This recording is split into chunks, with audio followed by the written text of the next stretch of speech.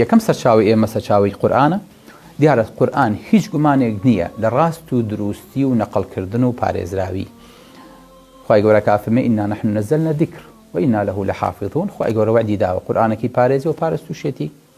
هیچ کەسێکیش ناتوانێت تەشکیکێک بەسیطترین نقطە لە حرفێکی قورئانە دروستکە کە هاتووە و پارێزراوە و هیچ گومانێکیش نییە لە نەقڵبوونی قورئان لە سنگەوە بۆ سنگ نەخود لە قەڵەمەوە بۆ قەڵەم. خۆشویستان و ئازیزان، هەموو ئەو شتانەی کە پەیوەندی بە پێغەمبەری خواوە هەبێ صلی الله علیه وسلم پارێزراوە و هەیە لە قورئانە بەپێی کاتە جیاوازەکان.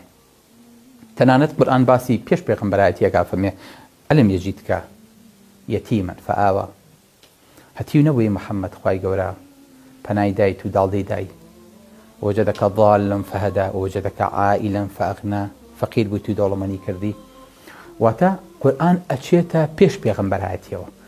سیری پێغەمبەری خوا صلی الله علیه و سلم پارێزراوەکە لە پێش پێغەمبەرایەتیە.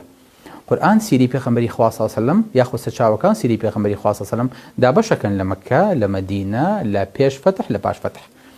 هەموو ئەم خاڵانە بە هەمان شێوە پارێزراوە و باسی لەسەر کراوە. قورئان و سەرچاوەکانی تر باسی پێغەمبەری خوا صلی الله علیه و سلم لە مەیدانی شەڕە، باسی پێغەمبەری خواکە لە ماڵی خۆیان، باسی پێغەمبەری خواکە لە مزگەوتە، باسی پێغەمبەری خواکە صلی الله علیه و سلم لە سەفەرە، باسی پێغەمبەری خواکە لە کاتی زەواجە، باسی پێغەمبەری خواکە لەگەڵ مناڵەکانیە، باسی پێغەمبەری خوا لە کاتی دادوەری و حکمە. واتە هەموو ئەمانە پارێزراون و هەموو ئەم شتانە ماونەتەوە بە جیاوازی ڕووداوەکانەوە. و تعاملی پێغەمبەری خوا صلی الله علیه و سلم لەگەڵ کەسەکانە، لەگەڵ تەمەن و لەگەڵ گەنج و لەگەڵ ئافرەت و لەگەڵ موسڵمان و ناموسڵمانە، هەموو ئەم شتانە بۆ ئێمە پارێزراوە. یەکەم سەرچاو عەرزمکردن سەرچاوی قورئانە. قورئان باسی هەموو ئەم خاڵانەی کردووە بە بێجیاوازی. باسی حونینمان بۆکە بە تەفسیل، باسی بەدرمان بۆکە، باسی ئوحودمان بۆکە. زۆر جار باسی دژمنەکانی ئیسلامیشەکە لە کافر و لە منافقی، باسی دژمنە سەرسەختەکانەکە.